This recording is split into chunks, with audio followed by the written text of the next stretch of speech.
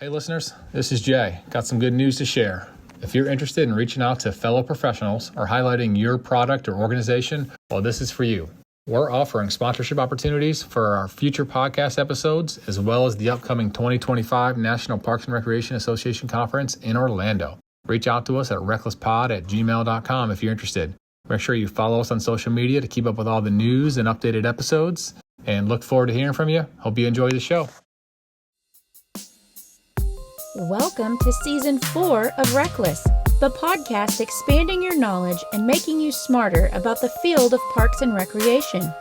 Your hosts are Shane Mize, Jay Tryon, and Tom Venniro, three career-long friends from around the country, bringing insights, industry stories, and a surprise guest each episode. Thanks for swinging by. We're glad you're here. This is RecLess. Yo, what's up, dude? Forgot to add y'all as attendees. I didn't know if y'all wanted to be involved in this podcast. I mean, if you don't want me here, I can leave. But I went to go to my calendar. I'm like, wait a minute, I don't have this one. I'm trying to go two-way on this bad boy. I don't want any help today, apparently. What's up, Tom? Hey, guys.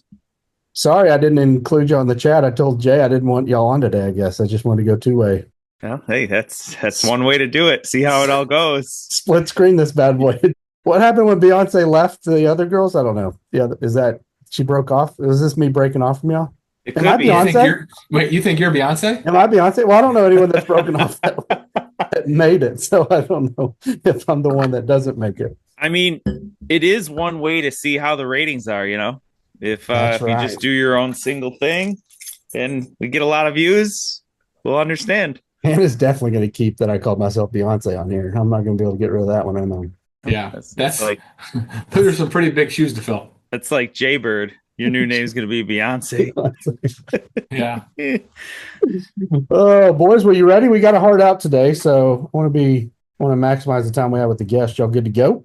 Let's get into it. Scooter. Yeah. We got Scooter. Scooter's on today. Excited to...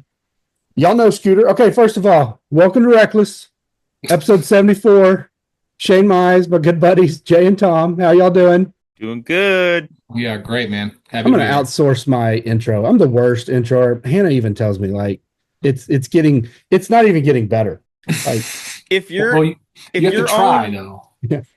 In order to get better at something, you have to try, and I'm not sure that you're trying. I'm not. And if your own intros were struggling, that'd be one thing. But then you interrupt our intros, and True. so you're just hitting all phases. There's of the two intro. ways to build the biggest building. You can just spend all your time making the world's biggest building, or you can spend most of your time tearing down other people's buildings. And that's what I'm doing right now. I'm not trying to be the best introer, just trying to make y'all as bad at it as I am. Well, here's one thing I'll say, though. You are consistent in the fact that in last week's episode, when you talked about your 3 rules, you talked about you don't want to focus on any weaknesses. You're just going to focus on your strength, and that's it. And if you know that this is a weakness, then obviously you haven't focused on it. Not at all. And I think it's just one of those histograms where you can have like 4 or 5 different levels from bad to really good at something. I think you put a lot of hard work and effort into getting 1 or 2 places over, from bad to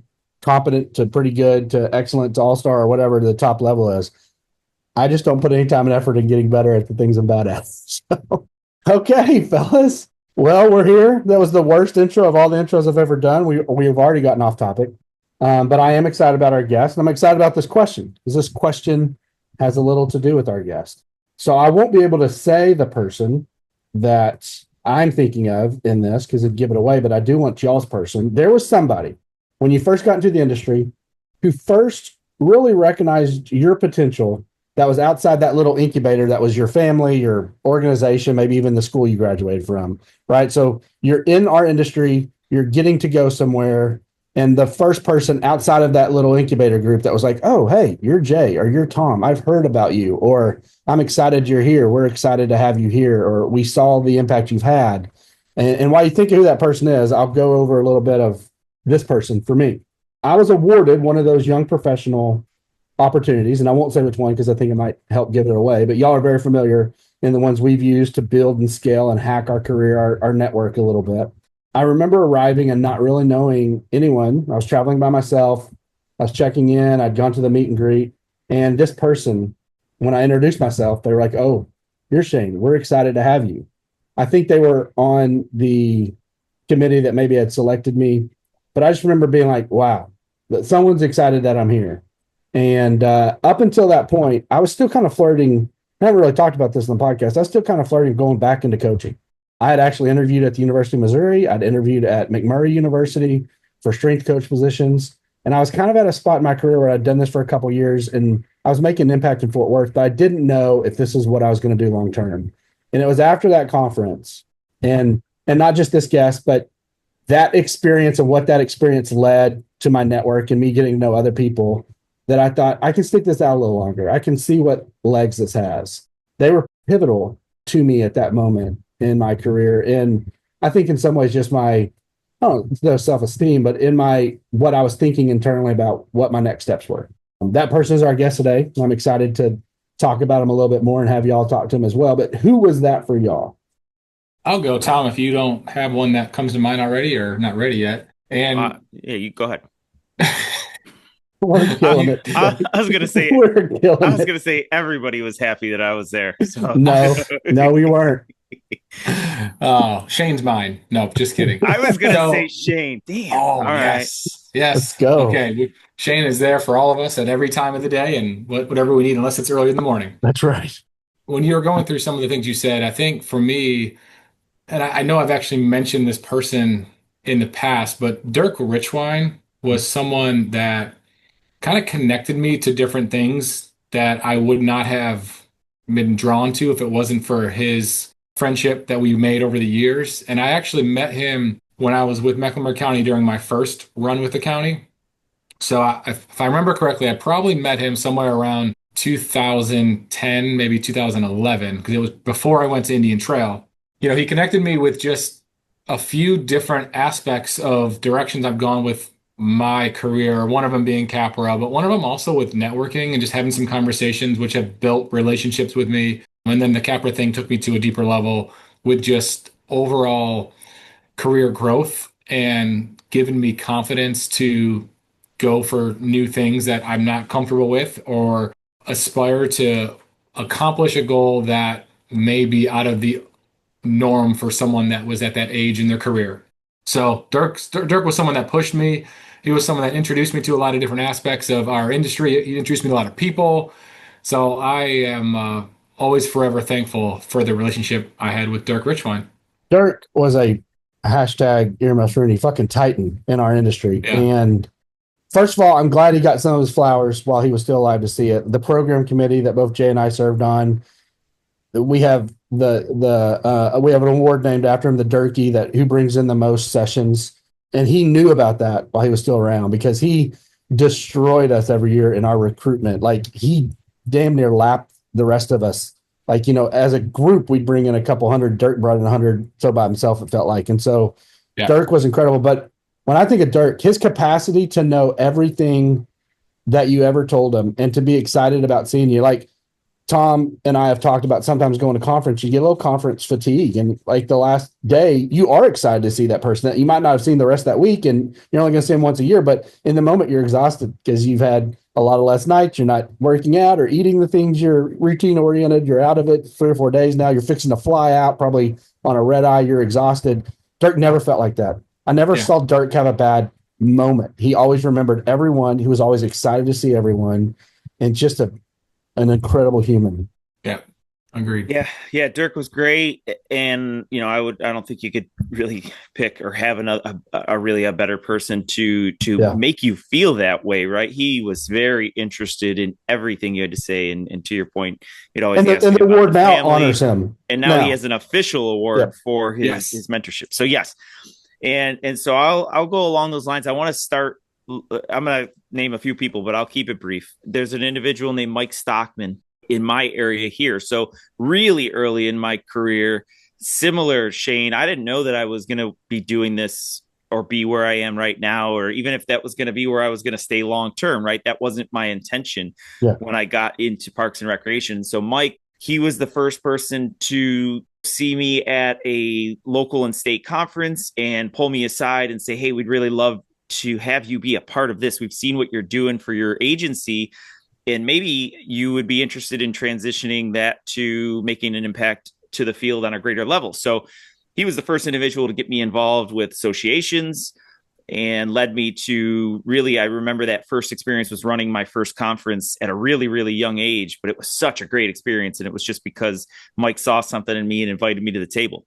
And then on a national level, and not, joking aside, Shane, you made me feel that way at that first YPN. Well, when the YPN started, right? I was just someone who was in the right place. This went back to one of my rules last week of being aware of what's going on around you. And I really wasn't, you know what I mean? And I just took that opportunity to say, okay, I'm going to use this opportunity, leverage it, go to this YPN meeting. And then I realized something really great was happening. Yeah. So I stuck around, but even into that first year, which we didn't, I wouldn't say the first year of the YPN was pivotal, right? It was, what are we doing? And if there was really a documentary behind the music and VH1 special on that first year, it'd be pretty interesting to watch. Yes. And so the music, I really thought at that time during the first year, based on my role and based on what we were doing, I was like, I don't know if I really have much of a place or much to give. And I remember that towards the end of the year, Shane was like, do you want to be the next chair? I'm like, really? I go, this doesn't even make any sense. I didn't do anything. And I was desperate, to be honest. Yes, very desperate. And so that transitions to my third individual, which is very, very, very closely tied and related to Dirk. And that's Chris Nunes. Yeah. And Chris and Dirk obviously had a very special relationship and a special bond. A lot of what Dirk stood for is passed on through Chris, who obviously was the first recipient of the Dirk Richwine Mentorship Award. And my first experience with feeling, hey, we want you at the table. And of course, the exposure from being the YPN chair really catapulted me into this. But Shane, you probably remember these days, Dirk and Chris, but I really worked closely with Chris in was it the Leadership Development Network at that time? LDN or whatever. Yep, yeah. LDN. And that's when he said, let's do this mentorship program. Yeah. Let's get it going. And so Chris said, let's which has been the foundation for so many people throughout our careers now, and who's used that opportunity. It's incredible. Yes. So that's where I really, at that national level, on the national stage, from the YPN to doing some work as the YPN liaison to the LDN, Chris really took me under his wing and put me in a place to be a part of some really impactful projects. And the greatest thing about Chris, and you all know this, is that's continued. I mean, what have I known Chris for 14 years or so? As long as I've known you guys. Yeah. And he's still doing that for me, right? He's still making me feel as if, we're so glad you're here. I want you to be a part of all of this. Well, it takes a village for you, to be quite honest. We all have to really. That's why I named a village there. We're all kicking in on that. No, that's great. Chris was obviously impacted by Dirk as well, and totally embodies everything that we talked about with Dirk. He does those same things. And in Texas, Nunes is a large name. And I remember knowing of Nunes for years. And then one day Nunes knew me, and I was like, oh, wow, this is a pretty crazy point in my career that the guy that I've had a lot of respect for and gone to sessions is seeing me in between classes or whatever and asking me how I'm doing and calling me out. And he's been a mentor of all of ours for a long time. That was great. It was nice. Thanks, Tom, for the acknowledgement. Thanks, Jay, for not. I appreciate that. Had no impact on Jay's life. That's good to see. Maybe you weren't listening, but I actually did say your name first. He did. I appreciate that. I don't think you listened to anything I said. It felt like it was in jest. I'm not sure how genuine that was, but Hey, but it was there. It was there. I'll take it. Deny that. I'll take it. Okay, let's get to our guest. I'm excited to bring on. Neither of you are Cowboys fans, right? But you understand Cowboys are one of those titans of the NFL industry for a long time. Everyone knew of a Cowboy, right? And so think of a famous Cowboy. Jay could think of a lot of famous Cowboys because they caused a lot of trauma. A lot of pain. Boy, I was going there, Jay. He needled you.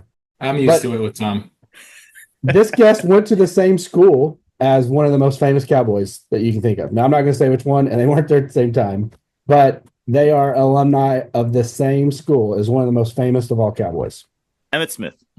Could be. This is my second Academy member. So I'm only, Nice. 100 behind Tom on Academy guests on this podcast. So it's my second one. They've been in the Parks and Rec industry for 26 years and have been part of multiple gold medal agencies. They're a CPRE. They've served on their state's board of directors in different positions for close to 10 years, including running as president.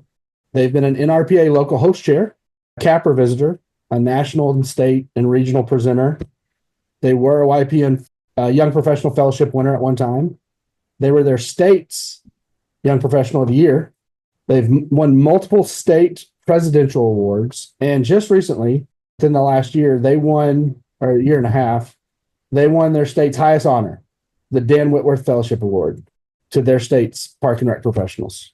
What state? No, I'm not going to tell you. I can try. Yeah. Any guesses so far? No, I got problem? ideas, but I'm not Okay. sure that I'm there. They were a track star in their high school days. Maybe that's part of the nickname Scooter. They just submitted, before they hopped on with us today, they just submitted enter on their gold medal video, as they are a finalist for this year's gold medal. I am wearing this hat in their honor and got them one of their own, if that's a hint in any way. Oh, I stumped you. I could have given you more info and you would have guessed it pretty immediately. But our guest is the director of Lewisville's Parks and Rec Department, a lion in our industry, Stacie Anaya. Welcome, Stacie. What's going on? How you doing? What's up? What's Good. going How on? you doing? My queen bee. Now, yeah, you're not going to live down that moniker now. I know. Well, there's a photo of me. Am I in front of a butterfly?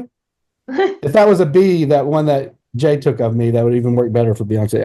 Stacie, thanks for being on today. I'm super excited about this. Thank you And- for having me. Guys, I reached out to Stacie ahead of time and told her about our 3 rules dive-in that we've recently jumped into, and thought Yeah. that'd be a great way to kick off, especially with someone that we have so much respect for. Definitely. So Stacie's going to start out our conversation with her 3 simple rules for success and happiness. Sure. Well, first, I'll say that I'm not a big rules fan. I like guideposts and systems, right? Sometimes I think if you set rules, you limit what you can be and do. Not that I want complete and utter chaos, but I think that's just kind of a product of my upbringing with my mom and how she reared me. So, which I'm pretty lucky to be her daughter, right? So my first one is, you don't get to choose when your hard work pays off, right? You need to invest early and invest often, and things will come. If you do those little things right on your way to the big goals you have, you'll find a way. I say those things because I talk to a lot of young professionals. Their goal is to be a director. But there's time in the seat. There's time in the industry that you need to marinate and gain the experience you need to have a shot at being good. And I also say that because I wanted to be a director early on in my career, and I was an interim director for a while. I've been up for multiple directors positions and not gotten them or tried things. And it didn't happen on my timeline that I thought it should. One of my next guidelines is what kept me moving. And it also helped me see that no is just people's first answer, right? My city manager, she kind of like rolls her eyes sometimes, or she just kind of shakes her head because she knows every time they tell me no, like it's just a calling for me to go and find a better way to present my case or to present your case. I love that. I have at times on my council presented things, and I leave there saying, I didn't do a good enough job telling them how important this was, and that's on me, not on them. I get that. I love that. Yeah, the Myers-Briggs test, I'm an ENTJ. So I can see things down the road, and I can see all the things that need to happen to get there what other people can't. And I'm horrible at explaining those mid steps. So it kind of helps me go, okay, what didn't I explain? What haven't I done a good job in storytelling? I love that. All right. So then it kind of leads to my second one is trust the process. Like you're going to fail and you learn. You fail and you learn. You fail and then you win. And somewhere along each of those endeavors, you pick up a nugget that makes you better. You didn't see that nugget at the beginning, right? Like if sometimes you got to hit the ground so you can see a different landscape, right?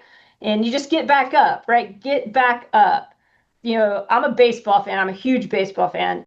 300 gets you into the Hall of Fame. That means you failed 70% of the time, but you had to step back in the box, right? Like all the time when I see someone's average on the thing and it's like 500, I'm like, well, they haven't even, how many times have they batted? I mean, if they're hitting 500, they're still in Little League or something, like those types of things. And it keeps you open to the things that are holding you back, right? That you don't know, you don't know. Which then kind of leads me to my third one is don't reduce yourself to fit in. Be you and be more. For me, and maybe for Shane and Jay and Tom, I'm getting to know you. I don't know what your price tag is for being you. Sometimes that can be steep, and you have to make sure that other people aren't paying that price for you being you. But that means you have to find your fertile ground to be you. And, I've had people who all along my career have done that for me. And, one of a through line in my career has been Robert Armistead. He's the director of Travis County Parks, but we worked together in Austin. We worked together in Corpus Christi, and we talk quite often. And he has always not been someone who tells me what to do, but he helps me find my way and celebrates who I am. And I know 150 people who he's done the same thing for along their career. I'm sure Shane had the same experience. He's so calming too. Oh yeah. Although he is like sneaky, deviant. Just saying that. He's gonna get so mad at me saying that, but he'll shake the hive and throw it and run. That's great. Gets you turned up. But yeah, he's been like one of those people for me. And then Lewisville has been that place for me.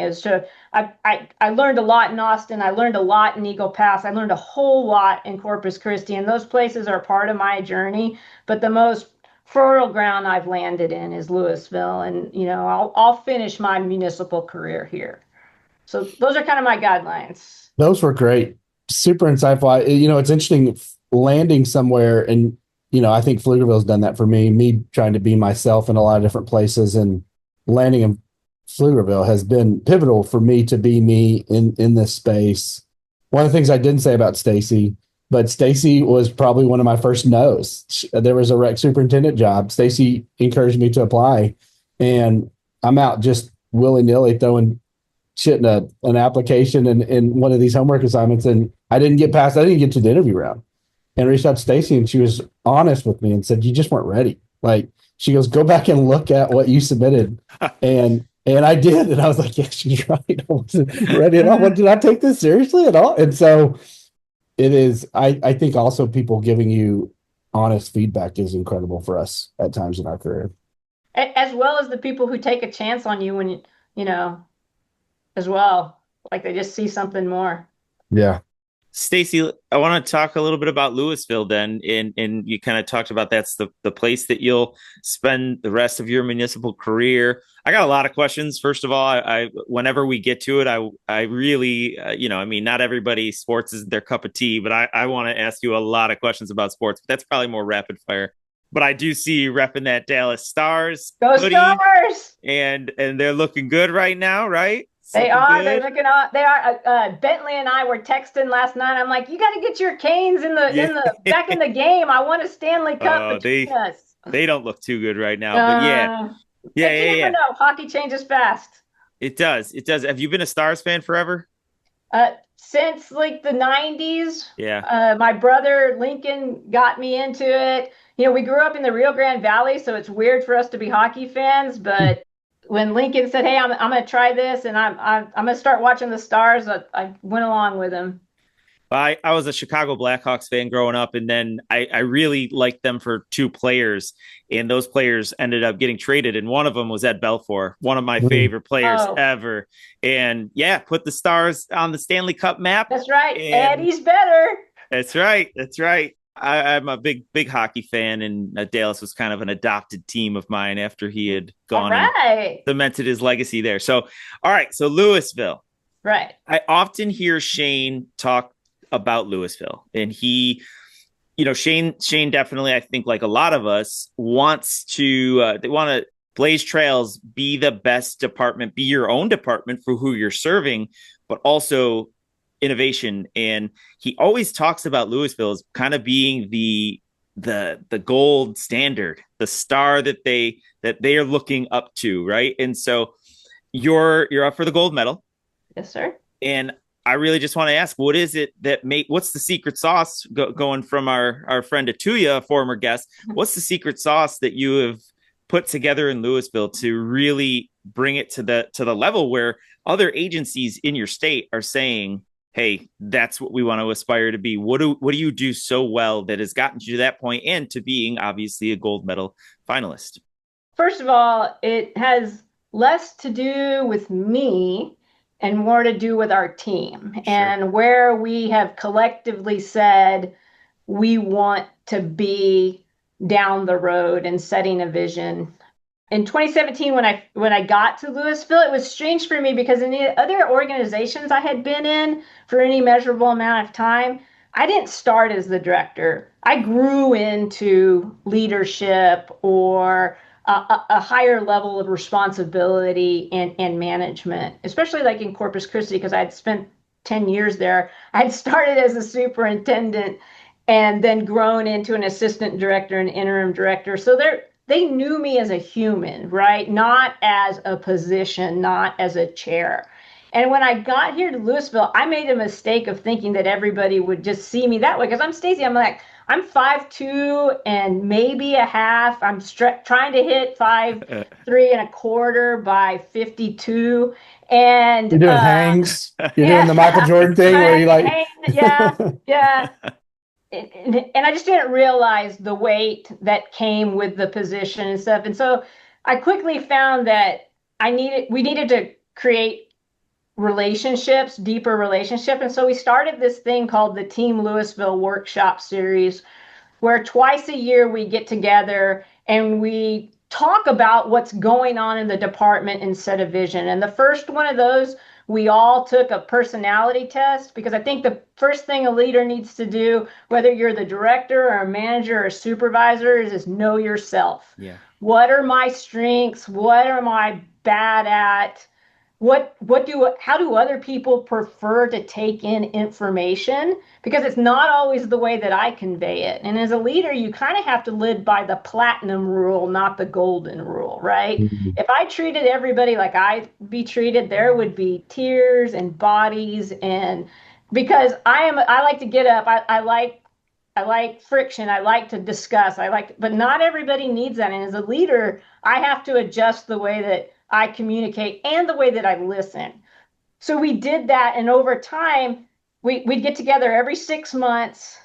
And at about the third one, we set what our vision was going to be, is that we're going to be a thriving community that connects our residents to nature and play. And in doing so, we're going to become the best department in the state of Texas. And we're going to do that by ensuring that everyone plays, everyone is welcome and safe, and everyone knows. And those aren't things that I created. That's what our team members created for ourselves. And that in those three tenets would be outward facing, but also inward facing to our department, right? Because those three things are important. And then at the next meeting, what we talked about is like, okay, who's the best right now? Who do we want to go unseat? And what would it take to do so? So we had a whole list of departments in the state, throughout the nation, and then we went and learned about them and what were their processes. That was in 2019. And the things we said, that all the best, they're CPRE accredited. They've had the gold medal. And then they have that one thing about themselves that they've embraced and taken to the hilt. And how do we do that? And then we learned, one of my philosophies is if you want to go fast, go alone. If you want to go far, go together. And so then it was me tempering okay, we know what we want to do. Let's get there now. And us needing to say, okay, what components do we need on board on this train in this pride to get us there together, right? And we had people that jumped off the train. It was just too much. And then the people who have jumped on are incredible. I've been in great places and I've been in great teams and I've been very privileged to be on them. I've never worked with a team like this. They buoy us every day. And they're the ones driving this. If we win, when we win, it will be a reflection of their effort and what they've done. No, I appreciate that. And going back to what you said about understanding yourself, the other part, we talk about the working genius assessment here a lot. And we've all kind of, with a group of individuals, tried to analyze and look at that. And you had mentioned about what you enjoy or what maybe you don't necessarily enjoy. And understanding yourself is obviously step one, but that also, what you went through, helps you understand the other individuals on your team, which is obviously crucial. Can I ask a quick question? Texas is one of those states in general where other individuals from other states say, wow, they really are doing some really great things. Parks and Rec, they have a great reputation. The one agency that I was first exposed to at a national conference, I was like, wow, they are doing great things. Grand Prairie. Yes, Grand Prairie. Was that one that you had kind of took a look at, Stacie? Yes. Yeah, they were at the time. Rick Harold, who is a legend in Texas and beyond. He had vision, and he was such a great human being, and he had them, blowing and going and moving and doing great things. And yeah, that was one of them, definitely. Well, and to kind of piggyback off that question, I love that thought process of just looking at all the other departments that people look up to and analyze of what they're doing best. But was there any other parameters of like how you allowed staff to choose or name those departments, or was it just what people saw on NRPA Connect or magazines, or like you said, CPRE and gold medal, or was it just more locally driven? Or, I mean, you've mentioned like nationwide, but like, were there folks that had worked at previous agencies and they wanted to list that agency because they came from there, or am I just digging too deep? I'm just curious because I love that thought process of just, hey, let's see what everyone else is doing from a organizational structure, vision, strategic plan, and make sure that we have some of those same concepts in play. That's a really great question. It was a brainstorming thing, and it took place over a day or so, and there weren't really any parameters, and we didn't even limit it to Parks and Recreation. We said, what are great organizations like Southwest Airlines? Cool. I grew up in South Texas, so the Spurs are my team, and when you talk about long-standing excellence and a leader in Coach Pop who evolved over time and really assimilated to the players and that were on his team and how he needed to push and pull them. And so we talked about other organizations as well. It was a great exercise, and by virtue of what those team members what they would bring to the table, I learned a lot about them and how they look at organizations and what they consider success. And it was critical for creating the foundation for what we've been able to achieve. Well, and it's kind of got to be a cool full circle moment knowing that there's other departments that probably do the same thing right now, and they turn to Lewisville, or that's going to come in that concept of when they're looking at outside departments. And Shane mentioned it, and I know Shane and I have had this conversation previously that you are one of the leaders, not just in Texas but around the country, and like I'm sure your staff knows that now, or maybe they will soon if they haven't heard this conversation. But that's got to be really cool to hear that we did this, meaning you, so many years ago, and now that's being done on the other spectrum of them wanting to emulate what Lewisville does. Yeah, it's really an honor when we've got team members who get a request from NRPA to write an article like Chris Chastain did about our pollinative things, or we take calls. And like here, I've been around the state and I've been involved with national organizations. We want every department to be gold medal level, right? Like we think that we truly believe in like the 10-minute walk to a park initiative idea is that everybody deserves that. And for that to happen, every department needs to be in a fertile ground and appreciated by their residents, by their city manager and politicians. And if we can help give them kernels that inspire that, we want to. So yeah, it's awesome, but it's like cool. Like we're Parks and Rec kids, right? When we go on vacation, we want to land in a place where those spaces are special and inspire us. So yeah, we're honored, but we don't want to be a flash in the pan, right? And it's not necessarily for us. It's like we have to build a system and a place that kid who's in our summer camp is sitting in our chair down the road and not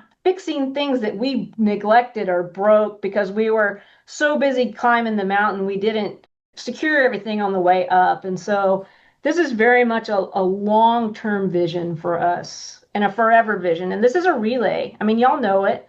We're all just in the seat for a while, and we'll hand that baton off to other people, and we need to make sure it's not mangled or too heavy. Yeah, I tell my staff all the time, we rent these positions. We don't own them. Yeah. We're caretakers. And I obviously both guys have already mentioned, I look to Lewisville a lot, and I have told Stacie that too. Stacie was nice enough to comment on a park that Jeff and I had done, and I told her how much that meant to us because I said I'm behind her on everything else. Like every time she's got her master plan first and her rec center first and her gold medal first and everything else. And so it's just a department I'm always completely inspired by. When I think of Lewisville or in Grand Prairie and Grapevine and some other Coppell, some of these other Allen, some of these other incredible spots in the DFW area, it also makes me think of there are these hotbeds, portions of park districts in and around Colorado, portions of park districts or districts in and around Chicago, right? There are some, the DFW specifically in Texas, it's some of these where it's feast or famine. Like your losses, I don't know if your wins are bigger, but your losses are magnified in some ways because if everyone else has a better rec center than you, your system knows it. If everyone else has better trails than you, or if they start winning stuff and you're not, they don't say, "Oh, that's pretty cool. We'll go to that rec center." They say, "No, why does Plano get something nice and Allen get something nice and Grand Prairie get something nice, and I, as a Lewisville resident, have to go to those spots? Why can't I get something nice?" And so I think that even adds a level to it, but it probably also gives you some motivation. What's it like being at such a competitive market? It really took me a little bit to adjust to coming from Corpus Christi. Or even Austin, probably. You didn't really get those in other spots.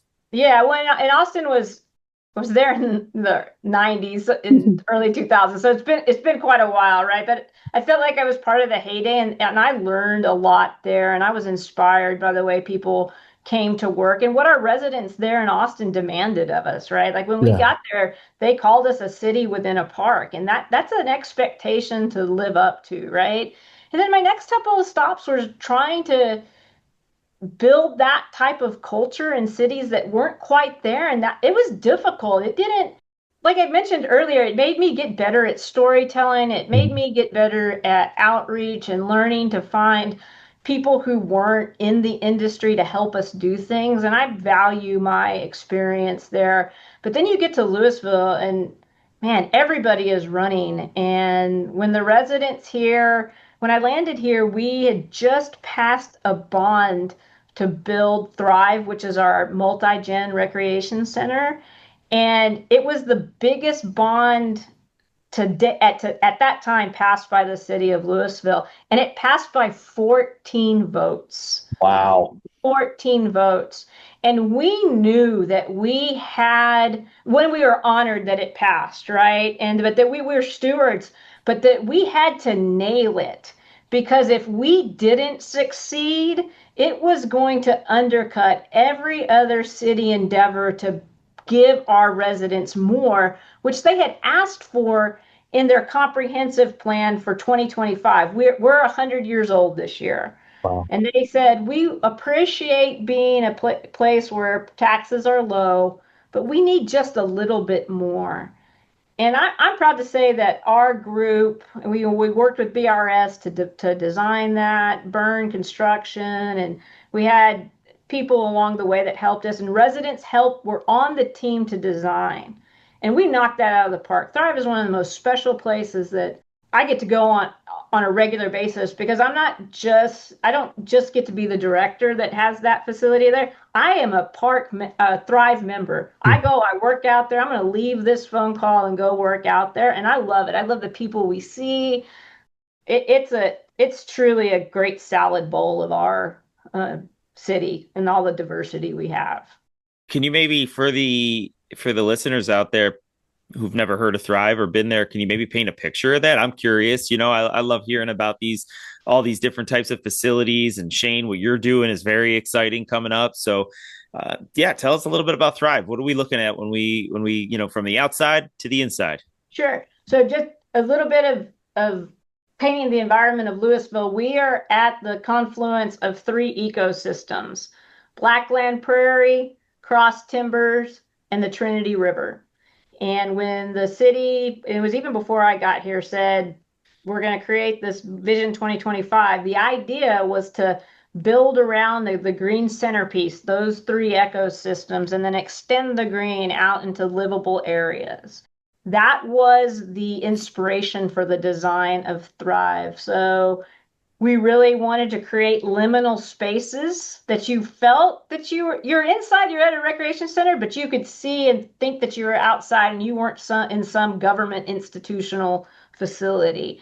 So it has 2 wings. One is a passive wing. The other is a very active wing. Of course, the passive wing has like what you would think, meeting rooms, places to have, banquets and such. Is where we host our active adults. And then the other wing has a gym, fitness area, indoor pool with slides that start on the inside and go out.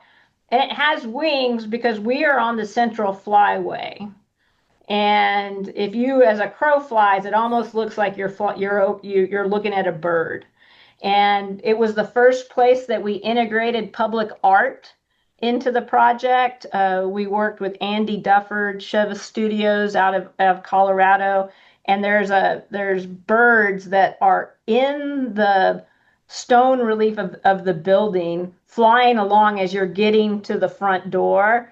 And then it continues through the building and goes out the back door. That's cool. And it's so cool. We're also on the DFW fly path, so we see, human birds as well. But it is so cool. When you're up on the second floor working out, you're looking out into Memorial Park. And when you're on the deck of the Dogwood community facilities, you're looking across at a complimentary 23-acre nature park called Thrive Nature Park, which they work hand in hand. And it's a beautiful place. It's got natural finishings on the inside, and it's like any other recreation facility in the sense that during the day, different times of day, it takes on different personalities, right? In the morning, you have your people who are working out, getting ready for the day, and then your seniors come in and they kind of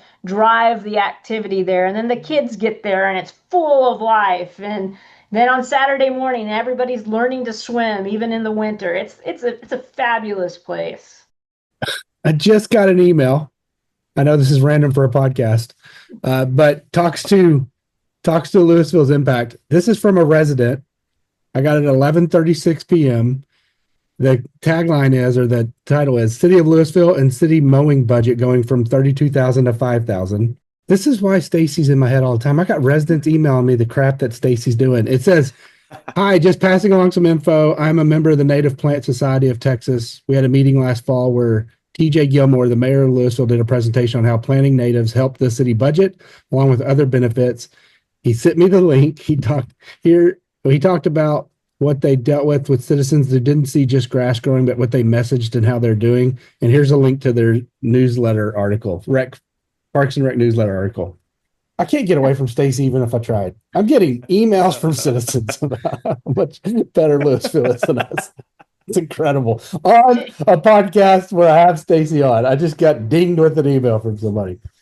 Yeah, the interesting thing is we've converted 70 acres of unplayable space, like large medians, large open space and parks, to pollinative prairies, picking up native grasses and pollinators. And we've worked with the University of North Texas on that. And that down one of our major boulevards, we did 19 acres, and that's what that budget is referencing to. Chris is a big part of that, right? Excuse me, Chris was, he and his team Yeah. led it. They were the ones out in the field.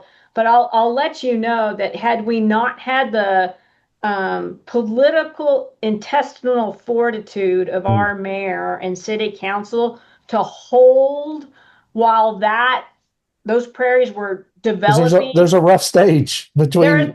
Yeah.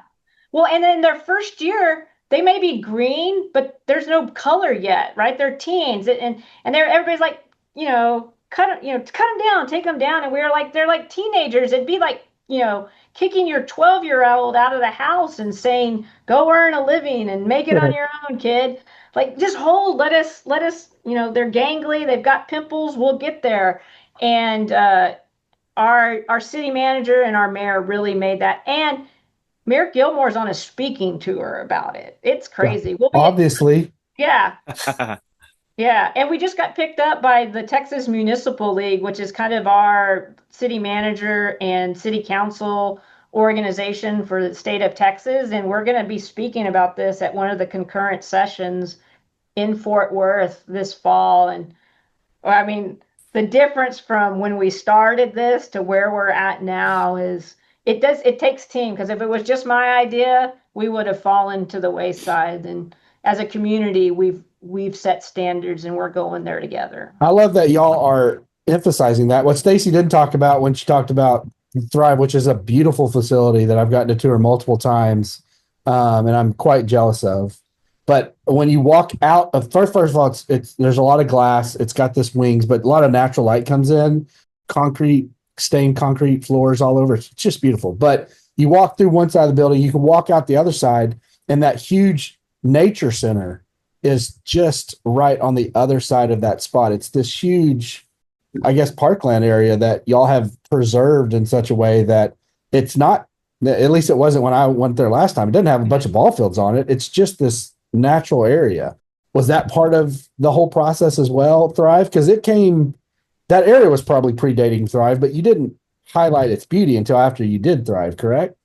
Right. Well, when we first started talking about doing Thrive, we were originally just going to remodel 2 old buildings. And when we got into investigating, there was some structural problems. And, Craig and the team at BRS said, well, we could spend $30 million on making 2 old buildings look pretty, or we could spend a little more and get some incredible places. So they started talking about that. And those 2 pieces of property across the street had originally been bought to be the recreation center many, many years ago.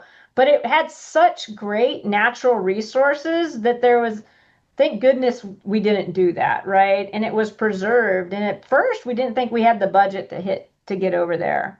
But as we worked through the process and found some savings, we were able to say, okay, let's really build this facility, highlight that natural area, and have them work together as one. And it's been an incredible opportunity because we have a 2,800 acre preserve called the Lewisville Lake Environmental Learning Area, which is just south of the Lewisville Dam. And for some people, that space can be intimidating because they've never interacted with nature like I've been privileged to. And Thrive Nature Park is just manageable enough to overcome those unknowns for them, to kind of overcome those fears. It's a starter pack. Right, it is. It's a zero depth entry, right? Yeah, it's like right. Jumping into the deep end. And so what we get to do is from Leela, we get to do bird walks and say, hey, this is what you're seeing here. If you want to discover more, go to Leela. So it's really become part of our community story in this recreation facility, right? Like in each of these times that we have to design and develop, you're not just designing and building for that particular space or spot. You're adding to your community's story and history. And hopefully you're building on that and not just creating silos for everyone to hop against. It's like something like when you arrive at these places that we've designed over the last 8 years, you know you're in Lewisville. Stacie, you mentioned the support that you have from your city manager or the mayor in that other context.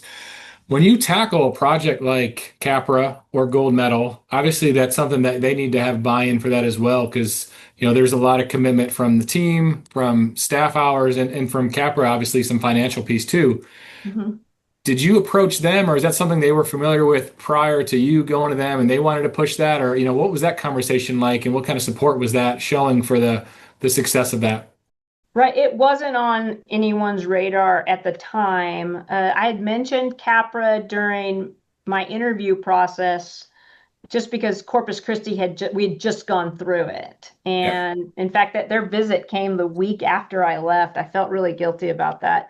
But they were accredited for a while, and they succeeded. But I had mentioned it like, hey, I think this is something we'd like to see. But when I got in, it was obvious that we were a little bit further away from even being able to do that. So I mentioned the Team Lewisville. That Team Lewisville series became our strategic plan. It was in our strategic plan that we turned around and gave to the city council, to city manager and city council. So that's how that evolved. And the department actually became the basis for how strategic plans in the rest of the city would be created. And it was like our team had done such a good job of creating that baseline, defining our why, saying how we're going to get there and what we needed in the process, we got to lead by example there. And when we're extremely proud of that. So it was something that was bought into procedurally, but sometimes I do things, Jay, like I'm like a forgiveness versus permission. And I have to pick up the phone. I'm like, hey, Claire, I need to tell you what I did. Or Gina's my boss now. And I was like, hey, Gina, I've done something. We're heading down this road. Let me come talk to you. So it's a little bit of both. Yeah. Did you do it completely in-house, or did you ever bring on someone to help you paper it all out? No, we did it in-house, but we would bring people in to help kind of like facilitate and inspire certain conversations. But we did it, and I had cobbled together things that I had learned from Michael Morris, who had been our director in Corpus Christi, or that I learned as part of strategic planning in Austin. And I just it's a tapestry, it's a quilt work of what our experiences have been along the way. Love that. And probably made it a cheaper process to at least entry level to get into. Well, we know we're spending money in lots of other places, so whenever I can create savings, we do. Yeah, well, that's smart. And I know we mentioned Chris's name earlier, Chris Chastain. He was your lead for CPRE, correct?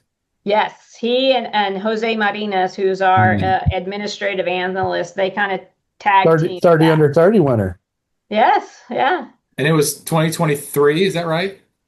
2023, yes. Okay. So I sat in your hearing, if I remember correctly. And you were in there. You chaired it. We were excited that day. So yeah, there's nothing better and obviously you've been on both sides of it from a CPRE perspective, but there's nothing better than sitting in a CPRE hearing and being able to share that news that your agency is, approved to be accredited. It's something that I've sat through on both sides of it, knowing that Mecklenburg County's gone through it. So it's a really cool feeling. And I'm sure you've been on several visits and we'll probably go on other visits, and you know what that feels like when you get that news, and being able to share that with someone that's put in so much effort and time, because it's not an easy process. And I'm just curious, I know we talked about it during the hearing process, the team approach that you had, but if there's someone listening to this today that is thinking about or wanting to have their agency go through that, what one piece of advice would you want to give them if they are looking towards that accreditation process? Yeah, it would be trust the whole process. Is it's not just a check the box thing. Because if it's a check the box thing, then you'll put it on a shelf and Yeah. it won't help you become a better organization. It really is a great way to look at yourself. But pick a team that's going to be committed, that you trust, and you're going to have time. Like this, it took us 2 years, right? And we had done a lot of work before we submitted to be considered for CAPRA. And Jay, there was a point where we were overwhelmed, right? And we had to say, you know what, we need to take a break. We're not quitting. Our goal is still to become accredited in Dallas, but we had to put it down for 2 or 3 months to focus on our who we serve, right? And ourselves as humans. We were just exhausted. Yeah. And I was really proud of the team to have the guts to say it. And then keep going, right? Then pick up and keep going. We did it, and they're amazing. Yeah. We talk about young professionals a lot, and you've got a stable of rock stars that are younger professionals. You named off. We got Chris and Jose. You've got Miranda, Erica. Erica King.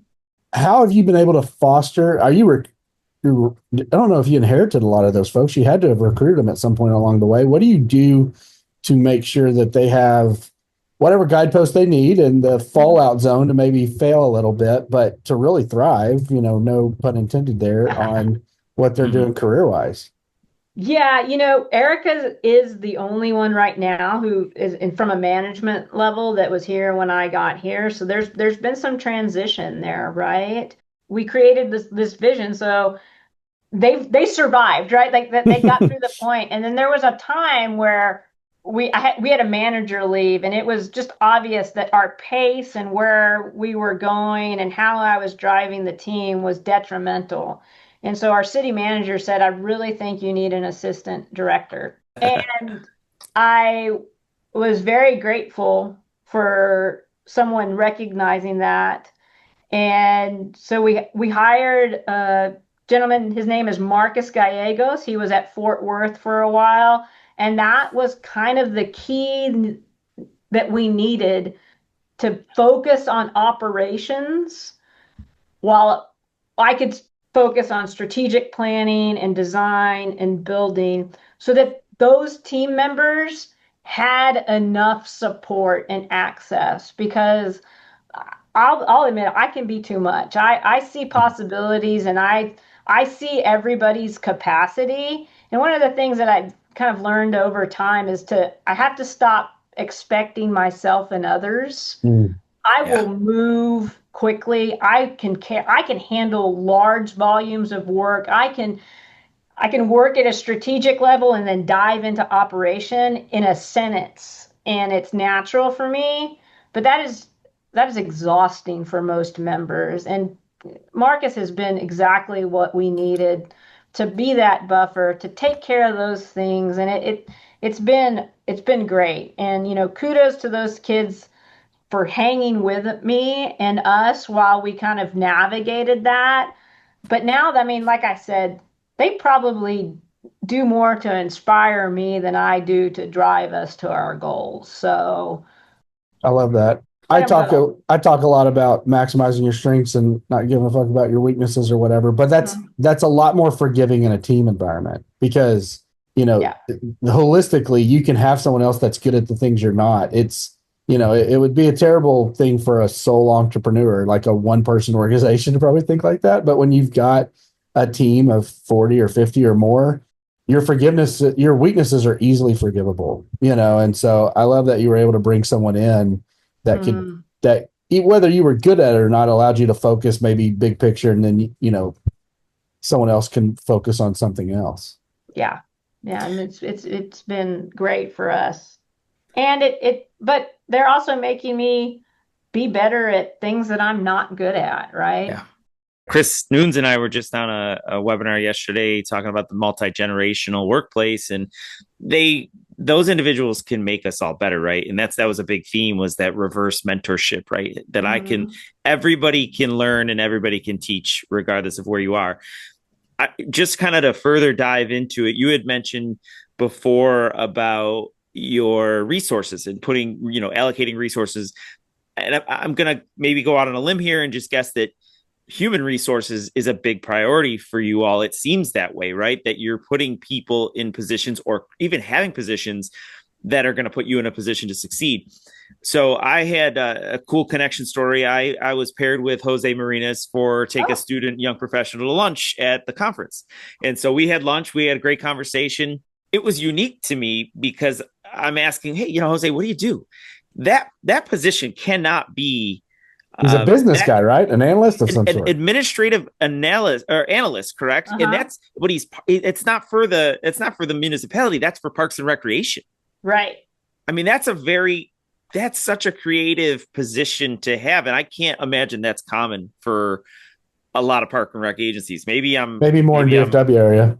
Our deputy director, Gina, she is a guru of budget and strategic operations and opportunities. And she kept saying, I think you need an analyst. I think you need an analyst. It can help you download data and all this kind of stuff. And Jose had been an intern with us from the University of North Texas, from the urban planning school, it didn't come up through the Parks and Rec school. So we were like kind of interested about how he's going to go.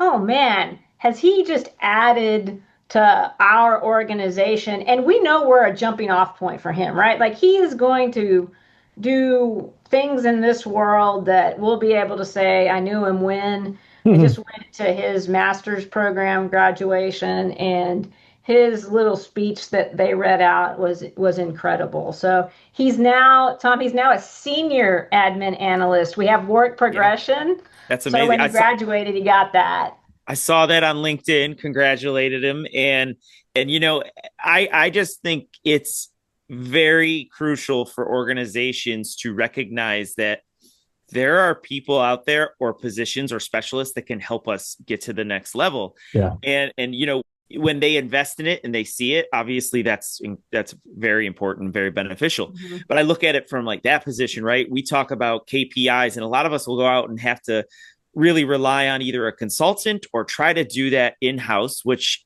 we all know, just like you told the story about your credit, getting accredited, you had to take a break, right? Because it was overwhelming. It's overwhelming when you have a department that does not have someone that's doing that on a day-to-day. And now you got to say to them, I need you to dive into this, teach yourself about KPIs and go into the data. Similarly, I look at it from marketing too, right? Those agencies that have Parks and Rec specific marketing individuals. So, we had Lindsay Lavis on, and Lindsay is a superstar, and she ended up obviously taking that, because she's got the marketing background, and taking that to a whole different part of her career, right? Not right in the profession. So yeah, he can go anywhere, right? But to see those individuals in a Park and Rec agency is such a huge benefit for a department, and really takes a lot of stresses off of the other individuals who are hired to do one thing. I love that too, because in an industry full of generalists, if you can be a specialist, you do limit your potential jumping 2 points, but the agency that gets you is so fucking ready for you, and they're so relieved to have you there, and it's a match made in heaven or whatever in some capacity. Like, if bringing him on earlier might not have worked, but bringing him on when y'all were at the optimization point where y'all had really maxed out everything everyone else could do part-time and also do their job full-time, probably relieve them, allowed them to really hyper focus on what they were doing, and allowed him to come in and just glue y'all, in some ways be the glue that y'all were looking for on that side, and allow those individuals to use the data, right? Because that they don't have any capacity for, because they're trying to search for it and interpret it. Exactly. And he's such a unique individual. And so he comes from a planning background, so he opens up things like he would go out and just learn about the system, right? Like, let me go out with you, right? Mm-hmm. So he had this idea of that we need to integrate air quality and air temperature monitors into some of the stuff we were doing. He brought that to us as when he was doing his first degree, his bachelor's. And so that's just been incorporated to it. So we've got a park that has one playground with turf and one playground with PIP, pour in place. He's installed air quality and air temp monitors there. And so we have data to prove that the pour in place here is cooler than the than the turf is. And so because we're of the using rubberized that. bits or what? Yeah. Yes. And so we're using that, and then we're looking at air quality data. Where do we need to put more trees, or when is it That's tough to crazy. be at that park? And so it's helping us inform our residents about when it's safe for some of them that might have cardiovascular issues to be out there. Do you ever have to be convinced? Like, does he give you something like, okay, that's a little off center or off mission, and then you're like, no, I think you're actually onto something. Tom, you know him, right? You've met him. So he has a way of like pitching things, and I'll look at him and he'll go back and he'll circle back around to me. He does a great job of taking care of my ego, right? But no, he comes up with some ideas, and we just look at him like that's fabulous. Let's go try. I love that. That is so fascinating. You said about the air quality and the temp, those monitors. I'm telling you, we've gone through this, and obviously climate's completely different, right? Where we are. However, there are sales reps for these companies who can't tell you that. You know what I mean? If you were to ask them, they wouldn't even know that. And you have someone on a team that's brought that to light, and now are using that information to obviously make more informed decisions. Dane's going to try to poach him. Yeah. I will. I will. I try to steal everyone I can. Yeah. Are y'all 4B or general fund? DFW. Yeah. We have 3. We have 4B, general fund, and then pay for play fees, other stuff. So. Yeah, that's not super unique for DFW. That's how a lot of those agencies have been built up there. Right. But that's probably pretty unique to where you'd come from previously. Oh, yeah, totally different. When I first got here and I didn't really understand it, we brought in Jamie Sabat from 110%, and she helped us set up a financial support and sustainability strategy that really is like the baseline for us for decision making on our resources and how we set our fees. I have enjoyed this conversation, but they're already playing the music. They're playing us off. We got to get to the rapid fire section so we can get everybody out on time. Right. Rapid fire. When I was doing my research on you, and I didn't tell you I was going to say any of this stuff, but you were a track star. Yeah, when I was in high school, I ran track. I did all sports, right? But track is what I was good at. I had back surgery in 1991, and I came back from that. In my senior year, I was blessed to be on a great team, and I won 4 gold medals and 1 silver, 1 being high jumping. Look at that. Who knew that about Stacie? What other events? High jump, long jump, which was the silver, and then I ran the 100-meter dash and the 400-meter relay and 800-meter relay. I don't think Shane or Tom know this, but I ran track in college. All right. I did know that. D3 track. I feel like we talked about this. I walked on my first year, but I wasn't big enough it just didn't work. So I always, like I said earlier, love another sports enthusiast. And so obviously we got the Stars, we got the Spurs, and the Cowboys we talked about earlier. Okay, so that's what I was going to ask you. You said you're a big baseball individual. Are we talking Rangers? Is there okay? Astros over Rangers. Okay. Astros. I'm a South Texas girl. The Astros are my team. That's a good one. I've been to that ballpark. Very, very fond memories of that experience. And then Cowboys, yes. Cowboys is a yes. I grew up in Mission, Texas, which is Tom Landry's home. Tom Landry, that's right. So I ran track in Tom Landry Stadium. So yeah, I didn't realize this when I was talking about my connection to the Stars and Eddie Belfour and of course Brett Hall. Those were really great teams, but. Yeah. Man, Dallas is kind of the city of Buffalo's kryptonite. I forgot that it was the Sabres that Dallas did that to. The no goal, right? Brett Hall, no goal. It was a goal, indeed a goal. So, all right, and then just a follow-up question on the sports. So, I know you said Spurs, but being in Texas, I'm just curious for someone who's in that area and closer to Dallas. What's it been like down there with the Luka Doncic stuff? Right? Is that wild? It was wild. So we had a hockey game the next day, and there were protests in Victory Square, but before we got in, so it's been tough. I like the Mavs too. I'm a fan of theirs, but yeah, it's been tough. And then we just had the series of injuries, so it's going to be interesting to see what happens with rebuilding that team. How do they how do they get so lucky? From in my opinion, the GM's job was saved by the small percentage that they just won the number one pick in the Cooper draft. flag lottery. Yes, you go from Luka to Cooper. It just doesn't even. The real surprise is that San Antonio Spurs didn't win that lottery after they had won Wemby and Duncan and Robinson. The beauty of the lotto pick system, the Spurs have been the belle of that ball for sure. They have every year there's been an incredible pick. They've gotten that number one pick. So, and then they got number two this year. Well, and then to further, I'm a big Duke fan. I have been since the early 90s. I'm a big Coach K disciple. A friend of mine, Claudia Rocha, she and I have that passion for following Coach K's advice on leadership. And so that whole circle, I'm excited about it. I might buy some tickets to those Mavs games. Jay's with you. Yes, I'm also a huge Duke fan. Are you? All right. Oh yeah. Yep. I took my son to Cameron Indoor last year, and it was an amazing experience. That's one of my bucket list items. Yeah. My neighbor is from Durham and had some extra tickets, and because you can't get tickets, it's extremely hard unless you want to pay just a boatload of money. And then part of that is because of the intimate setting. It's a small arena that doesn't have a lot of seats. So it's, unlike a Michigan or Michigan State that there's, maybe 15, 20,000 people there. There's like 7,000. So it's very different.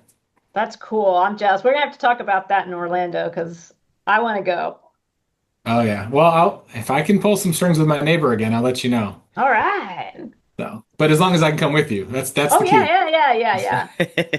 Keeping with the sports theme, if you had to go, because you've mentioned some great teams, obviously, and there's so many teams to follow in the Texas region. If you had tickets to go to any stadium or any arena tomorrow, like which one are you choosing? Oh, Dallas Stars. I'm going tonight. I'm gonna be there. It gets in your blood. Like that's cool. Are you going? I'm going to Dodger Stadium this summer, though. That's cool. Yeah. Who are they playing? They'll be playing the Padres. My grandma Strong was a Dodgers fan and a Brooklyn Dodgers fan, and she named all of her Basset Hounds after Dodger players or coaches. And we had to use both names, like Tommy Lasorda or Yanni Valenzuela. Tommy Lasorda took a shit on the couch again.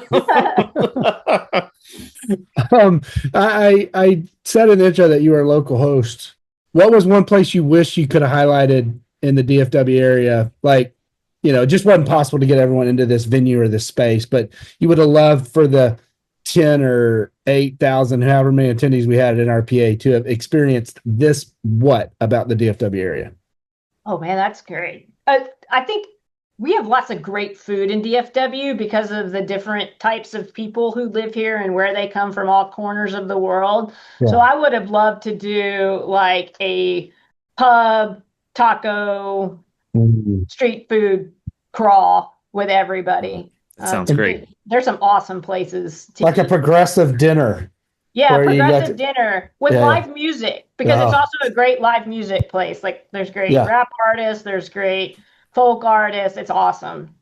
Love it. I ask this question a lot, but just give me one. Just give me the place to go eat. Your number one. Anybody who comes into the area, you're saying if you can't try one, if you can only try one, this is the one. Right. We walk to it from our house. It's called 7 Mile Cafe. It's a breakfast and lunch place.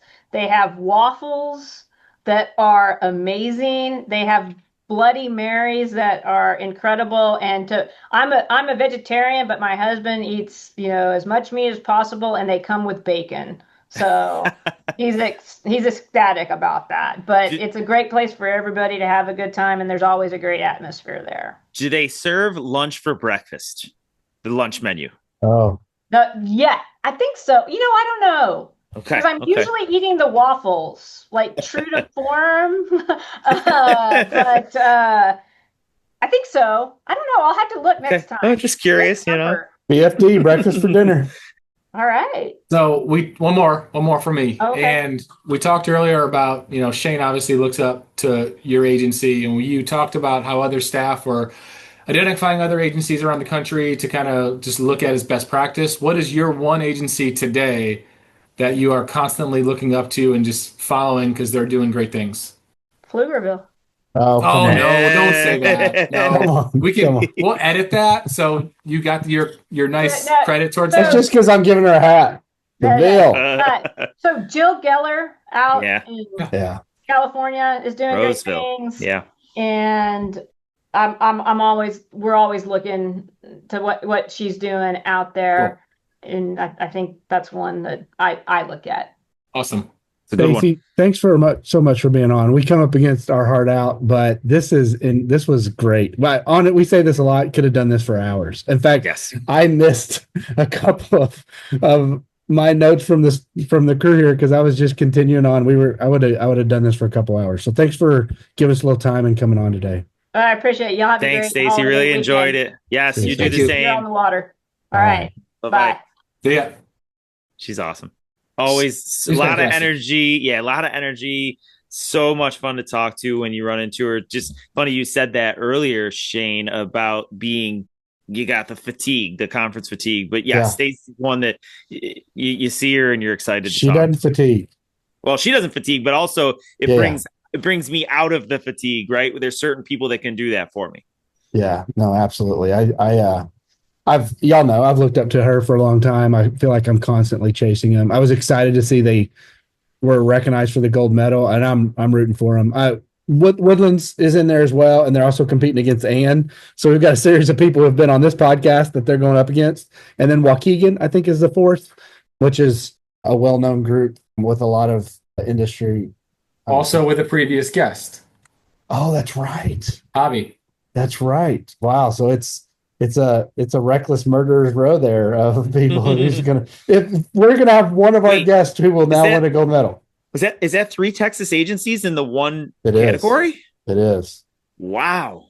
That's impressive. It is. Like I said, Texas. And I will say, I didn't say it with Stacie because I didn't want to waste any more time. We wanted to get more out of Stacie, but I forgot about this when we talked about the YPN. I am an honorary Texan, and I have not forgotten that, Shane. I've still got the nice certificate that you gave. I think it was you and Christian Moore that were a part of that. Made me an honorary Texan. That's right. That's about Christian Moore. That's a name we haven't said in a while. It is. I know we got to go, but I did get a notification and sent you a text the other day, Shane, that you ignored, which is typical. And you also, so Tottenham Spurs they won a little championship of some sort, right? Dude, they have not won a European trophy in 41 years. I've supported them for 15 years and I've never watched them win anything. It's been 17 years since they won a trophy. And Wednesday night was a good night to be Shane Mize. Did you have a cigar? I actually, because I wanted to enjoy it and watch it, I popped one of these nicotine Zens and I bottom lipped that bad boy, a 6 milligram, and just enjoyed the night. It was man, it was a good. It was 1-0 too. I mean, that's a nail biter right there, right? Yeah. Every edge of your seat. And Manchester United is a huge organization. Most people have not heard of Tottenham, but most people have heard of Manchester United as a soccer club. And so we were up against a Titan, and to win, it was. They're doing the parade right now in London. In fact, my brother and sister-in-law were in London for the Chelsea for a couple of weeks for the Chelsea Garden Club and a couple other things, and they sent me photos. That's awesome. The kids are wearing what they call their chicken shirts, their Tottenham gear, and so quite the experience. Well, congrats! It's a good week. I appreciate that. Surprised you didn't fly out for that. And one last note, again, Shane did not respond to that text, which is we've talked about. He doesn't like to respond to his residents. No.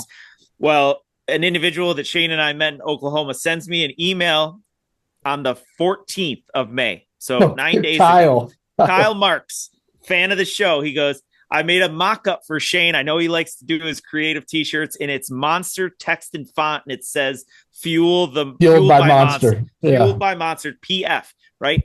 And his email said, I sent this to Shane, but I wanted to send it to you because he doesn't check his emails according to the RecLess. So I was embarrassingly late on this response. I was traveling, I got delayed, all that stuff, and then this week was a storm. So I respond to him today. I go, I'm sorry, man. It's been like 9 days. I'm embarrassed. I go, by the way, did Shane respond to you? He goes, nope.